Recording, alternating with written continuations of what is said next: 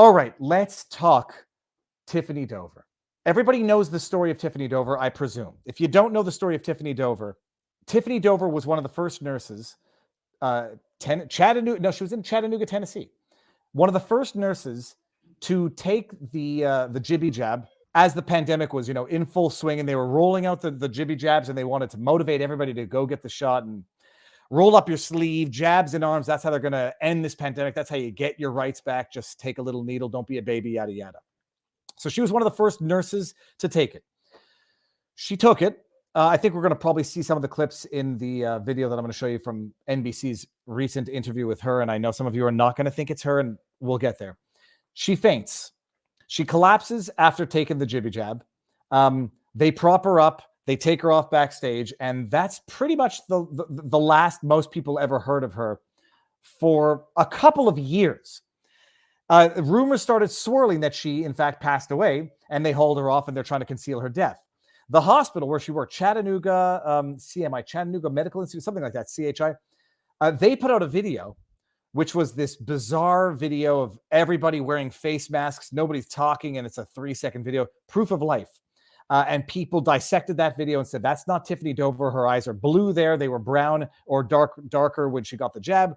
The conspiracy theory, and I'm putting conspiracy theory in quotes, I'm not saying it judgmentally, because there definitely is a conspiracy here. There's been a confirmed conspiracy, and I'm going to get into it. The conspiracy is that she died, they're concealing the death, and they're using someone who looks like her, but apparently not enough like her to quell public concern, to conceal her death. The conspiracy goes wild, and it goes in a variety of directions. Some people on the internet are offering $100,000 if anybody has proof of life of Tiffany. Nobody can find her. Nobody can get an interview with her. She stops posting on social media. I'll tell you this. I had never heard of Tiffany Dover. I don't think I put the name together with the incident, because if in as much as I ever saw the incident in the beginning, it disappeared in my memory, which is, part and parcel of, I'm sure, what they were trying to do with the collective consciousness. I started watching Gonzalo Lira because of the war in Ukraine, and he started off every stream with, "Where's Tiffany Dover? Mic check 1 2. Where's Tiffany Dover? Can you hear me?" And I had no idea what he was talking about. I had no idea that was her name. And then I found, then I dove into the conspiracy theory. Brandy, she's a journalist for NBC. She did a 5-part miniseries. Stop. Did a 5-part miniseries on the Tiffany Dover conspiracy theory called Tiffany Dover is Dead. It was purportedly a 5-part miniseries that would quell the conspiracy theory that Brittany Dover is dead, because we were led to believe it ended with concrete evidence that Brittany Dover was in fact alive. I listened to the entire 5-part miniseries. My personal opinion of this, and I've invited Brandy on for an interview discussion whenever, if she ever is so inclined to accept. My conclusion of this 5-part miniseries is that it was a gratuitous attempt to attack anti-vaxxers, truthers, whatever the slurs, whatever the labels this 5-part miniseries gave to people who had, if not legitimate conspiracy theories, legitimate concerns from which they derived conspiracy theories that varied on the scale of plausibility. One episode was just an outright attack on Robert F. Kennedy Jr. Another episode was like, the history of anti-vaxxers in general, going back to Pamela Anderson. The 5-part miniseries ended with the culmination of Brandy never got the interview with Tiffany Dover. The proof of life that she had was having heard Tiffany's voice over the shoulder of somebody at a house that she went to see if she could find Tiffany Dover, and some posts on TikTok or Instagram that were from an account attributed to Tiffany Dover that had no face, no image, no nothing. The 5-part miniseries ended with that as the evidence for the proof of life of Tiffany Dover. And I listened to that miniseries, and I said, this is a joke in the sense that nobody could have put this 5-part miniseries together and genuinely thought it would quell any conspiracy theories. They had to have known it would only exacerbate, foment, and resurface conspiracy theories. Because chat, go crazy on me if you want. I don't think Tiffany Dover's dead. I believe, if we need to know if you want to judge my opinion, I believe she was injured. I believe it was covered up. And I believe whatever time out of the public light that she needed was to rehabilitate. I don't believe she's dead. And I know people, they saw a death certificate, all this stuff. And I know the evidence as to why people think she's dead. I don't believe it. I don't believe that she's dead. And yet after listening to that 5-part miniseries podcast, I was more inclined to think that she was dead now, because that 5-part miniseries was almost like a needle in the face of people who touted that theory, saying, hey guys, I got conclusive evidence that she's alive. And it consists of a seemingly anonymous social media account that doesn't post anything of her face, a voice over her shoulder. And that's what the producers thought was, the ironclad proof of life for Tiffany Dover. And so I do wonder if, what the purpose of that miniseries was, if it was to revive the conspiracy theory so that one could revive the mockery of the conspiracy theorists who might have gone on the further end of the spectrum of what is plausible of a conspiracy theory. Okay. It never ended with an interview. I don't remember exactly when that 5-part miniseries came in, but the news of the day is that Brandy got the interview with Tiffany Dover. She finally said, I'm ready to show my face. I'm going to do an in-person interview that you can broadcast. And she sat down with Tiffany Dover. I don't even want to be glib to the point of saying somebody saying she's Tiffany Dover, because I do know there's a lot of people out there who will not believe it's the same person. So she did that. And I watched it, and I tell you, so I watched it. It was the interview, and I had my thoughts. Here, let's just watch this. For years now, there's been this very active community sort of telling your story, telling stories about you. What's your message to that community now? My message is simple. It is that I am alive. I'm alive. I'm well. That's it. I hope they believe it. For years now, there's this. Oh, do I ask the chat? Chat. I can't do a poll on Rumble just yet. 1, I believe it's her. 2, I do not believe it's her. Let me see here. Benefit of the doubt. I call 2. Correct. 1 is, 2 isn't. Okay, so a lot of people do not believe it's her. I can understand how people feel that way. I actually did a little bit of Googling. No thorough research. I was looking for an example of one example at any point in time of when a body double was successfully used to conceal the death of somebody. I couldn't find one. That's what I think, and you can judge me for it. I do definitely think something happened to her, and I think that's pretty much confirmed now. So she does the interview, and I found something particularly interesting, which I put together this montage. People thought that I was dead.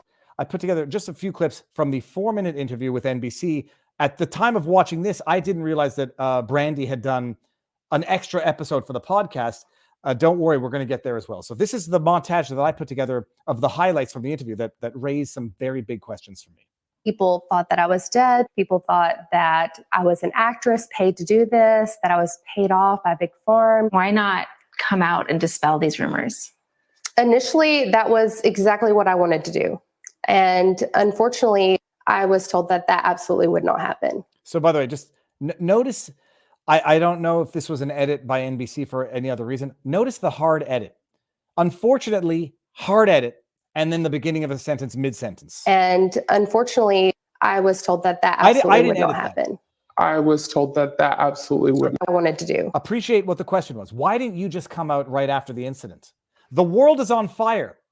Everybody thinks you just collapsed as one of the first people taking the jab. Why not just come out right away in person and say, no, I didn't collapse. I had a fainting spell, because that was her explanation. I had a fainting spell.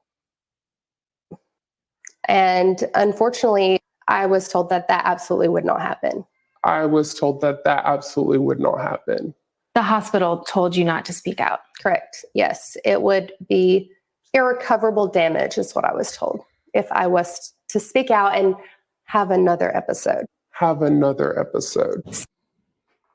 Her excuse was that she is prone to fainting. It's happened to her entire life. Whenever she feels like the subtlest of pains, she's prone to fainting. That's the ex post facto explanation as to what happened to her. Even if that's true, is she the best first person to line up and take the jab? Probably not. But she says, if I were to come out and say what happened and have another episode, I don't even know what that means, but listen to this, because it gets really good here. It would be irrecoverable damage is what I was told if I was to speak out and have another episode. have another episode. CHI Memorial has repeatedly denied knowledge of any directive asking Tiffany not to speak or post, including in an interview for our podcast. I remembered this from the podcast. I'm not aware of anything that asked Tiffany not to respond. Hold on. Karen Long, Media Communications Specialist, CHI Memorial, the hospital. Chattanooga Hospital, I don't know. The hospital recently telling NBC News, "We have no new information." People thought that I was dead. People thought that I was an actress paid to do this, that I was lived paid that off back by then. Big Farm. People I was told there would be irrecoverable damages if I were to come forward and say that I didn't die from taking the jab or that I didn't suffer an adverse reaction. Do you know what's more likely? That she was told if she comes out and says, you got, I don't know, let's just say Bell's palsy. You suffered one of the identified adverse reactions. If you were to come out and say that, don't worry, it'll go away. No big deal. I got what happened, the hunt. If she were to come out and say, it's not a big deal. I just, I had one of the known adverse reactions. That would be irrecoverable damages. Irrecoverable to whom? Pfizer, because that would probably impact the rollout and the uptake willingness of a general public that just witnessed this. If she's one of the first 40 that gets it and she has an adverse reaction, that's not good statistics. The other thing that troubled me about that is that I remembered, not that it means I'm smart, I remembered the hospital denied the existence of an NDA, non-disclosure agreement. They denied the existence of it. So I wrote out, and Brandy, to her credit, got back to me. Up. Oh, hold on one second. Just watched the Brandy's piece on NBC. In summation, Tiffany initially wanted to talk, but was told that it would absolutely not happen. In Brandy's concept, Tiffany's family asserted there was an NDA. There was. Yet her employer, CMI Memorial, says they were not aware of any such NDA directive. That's a pretty big discrepancy. Some follow-up questions acutely missing. Who told Tiffany not to talk initially if it wasn't her employer? Or are we to believe that Tiffany is lying about that? I don't believe that Tiffany's lying about that. I believe she was told not to talk. Were there any emails? Is there an NDA? And if so, between whom? Someone is not a conspiracy theorist if they see these glaring inconsistencies. Then Brandy says, did you listen to the last episode of my podcast? And I was like, oh, I didn't know that there was one. Then I went and listened to it. I listened to the podcast. It was a 50 some odd minute podcast, listened to it at 1.5, and I got through it relatively quickly. Do you know what the kicker was about this? I've got to play it to you because it highlights the problem with so-called journalism of today. An absolute indifference, an absolute lack of intellectual journalistic curiosity. She says that I signed an NDA. I was told it would not happen. I'm not going to be able to talk. Irrecoverable damages. That sounds like a threat. Open your mouth and you're going to cause us damages and we'll sue you for it. We'll go after you for it. We'll make your life hell for it. But the hospital says no NDA and then recently confirms no new information. Oh, listen to this. This is from the updated podcast. I also reviewed a recording I have of a call with Long 2 days earlier, where she expressly says that the hospital does not manage Tiffany's personal social media use. Because in the NDA that Tiffany says, it wasn't so much as an NDA, they called it like a behavioral compliance thing. It was just to govern her conduct. It wasn't a non-disclosure agreement or labeled as such. It was a behavioral report form, something that the hospital coerced her or highly recommended she sign. The hospital says we don't control her social media. I also reviewed a recording I have of a call with Long 2 days earlier, where she expressly says that the hospital does not manage Tiffany's personal social media use. CHI Memorial's representatives never told me the truth about this, and I'm still not sure why. CHI Memorial's representatives never told me the truth about this, and I'm still not sure why. Are we listening to the same thing? CHI Memorial's whoever never told me the truth about this, and I'm still not sure why. Do you know what the problem is? First of all, the framing of that description. They never told me the truth. No, they lied to your face, Brandy. They sat you down, and if you didn't know that they were lying, they made a fool of you because you regurgitated their lie to the world. People who were called conspiracy theorists were mocked and shamed and derided for saying, I don't believe the hospital. Something's up here. You're a whacked out conspiracy theorist. They lied to the journalists. They lied to NBC, assuming that Brandy didn't know that they were lying. And I don't think Brandy did, because nobody likes having repeated someone else's lie. They lied to Brandy. They lied to Tiffany, or at least they made Tiffany look like a liar. They lied to the world. And I still don't know why. Did you ask? Why would you have lied about what happened to Tiffany? Why would you have lied about coercing Tiffany into signing an NDA? Why did you lie to me? Why did you get me to repeat your lie on blast through NBC to the rest of the world? Did you think to ask that question? And if not, why not? They lied about that. We know that the hospital lied now. Black and white. Even Brandy of NBC admits the hospital lied. What else did they lie about? Oh, they lied about an NDA telling Tiffany to not be quiet. Did they lie about why? Tiffany says, Tiffany's explanation in the interview or in the podcast was that the hospital was overwhelmed with calls, with conspiracy theorists, with harassment, with social media tags. They were overwhelmed, and they thought this would be the best way to suppress that overwhelming rush from social media. I mean, that explanation doesn't make sense, because they knew that by keeping quiet, they were propagating, exacerbating these conspiracy theories. They told her not to go public. They told her to shut up for 2 years, because to talk would cause irrecoverable damages. When the silence is what caused any damages, when the silence of not saying what actually happened, if all that happened is she fainted, caused a much greater degree of vaccine hesitancy than coming out live and saying she's fine, she just fainted. Bullcrap. What else did they lie about? Who else is there an NDA between? You want to know what is guaranteed? Hashtag not a guarantee. You want to know what's guaranteed? Pfizer and or Moderna or whoever, AstraZeneca, whoever was in the jab business at that point in time, was involved in this damage control. They were 1,000% involved. It would be inconceivable that they weren't. This incident doesn't put the spotlight on CHI, doesn't put the spotlight on the hospital in Chattanooga. It puts the spotlight on the product that is going to make $20 billion for Pfizer. And there is absolutely, in no realm of the universe, a possibility that the PR team from Pfizer, Moderna, AstraZeneca were not involved with this, saying, you're going to shut your mouth, Tiffany. Yeah, okay. And when you come out, you fainted. You fainted, but we can't see you for the next little while. Was there an NDA with any pharma company? Did Brandy ask if the pharmaceutical companies were involved with any discussions with CHI? They lied to my face, and I still don't know why. Because they have something to hide, Brandy. There's not the slightest degree of intellectual journalistic curiosity, or honesty for that matter. They lied. You repeated their lie. You put out a 5-part miniseries in which you propagated a lie from the hospital, demonized people who said, I don't trust the hospital's lying to us. Money, and everybody's saying money, money. There's no question. Can you, and by my genuine belief, she suffered one of the known adverse reactions. Which ones? I don't know, but it's one that took some time to heal from. I know some people want to go the one step further, and I can't blame anybody for that anymore. I got into a back and forth with Brandy on Twitter, and I was like, it was very convenient. In a sense, there are a number of alternatives to this. Like, why would the hospital have done this? There was a way of capitalizing off the conspiracy theories. There was a way of weaponizing what they knew would happen given their conduct.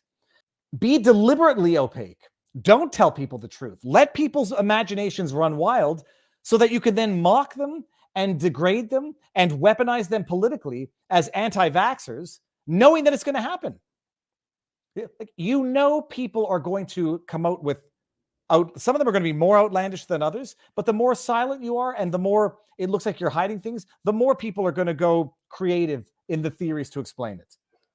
The more you weaponize politically an incident, the more people are going to look for conspiracy theories to explain it, and you can just take some other events, Alex Jones types events, or Alex Jones types covered events. It's entirely conceivable, and almost it would have been a wonderful double fakie. Let's be deliberately opaque. Let's be deliberately non-transparent, which just means opaque, and let's let people run wild with conspiracy theories so we can make fun of how crazy they are. And so we can use them to further, I don't know, justify controlling disinformation on the internet. An amazing thing. Like, if you don't have people saying things that might be outlandish on the internet, well, you don't have that to rely on when you want to go to Twitter and say, you better take down these posts and take down the less crazy ones as well. So there's that. And then, so I say, you know, it's very conceivable. It was very opportunistic to allow this to spin out of control, because it allowed the media to go and demonize a large portion of what they attribute to be Trump's base. And then Brandy's like, well, that's what you think the Chattanooga hospital is going to do that? I was like, no, because I have no doubt that the bigger players were involved in this. It would be absolutely naive and idiotic to think that they weren't. But the most plausible alternative is that she just suffered an incident. She needed to recover. She could not be seen while she was recovered. And they say, shut your mouth. You think blurred vision? And I can't think of another type of, maybe it was a minor stroke. I don't know how fast hypothesizing, something that can happen quickly, something that needs to be recovered from, and something that needs to be concealed, because if she comes out and says it was nothing serious, look, I'm fine now. And they're like, yeah, that's going to be serious. And that's going to impact our bottom line big time. That's going to basically put a titanium rod in the spokes of our jab bicycle. That would be irrecoverable damages. Can't trust the media anymore, Maple Syrup 123 says. The 5-part miniseries was a hit piece on anti-vaxxers, RFK Jr., who's now running for the Democratic candidacy for president, and a fluff piece for Pfizer, because it did nothing but say how safe and effective the jab was throughout, and basically a kiss, a little pat on the butt to the hospital. They never told me the truth, and I never found out why. Never asked either.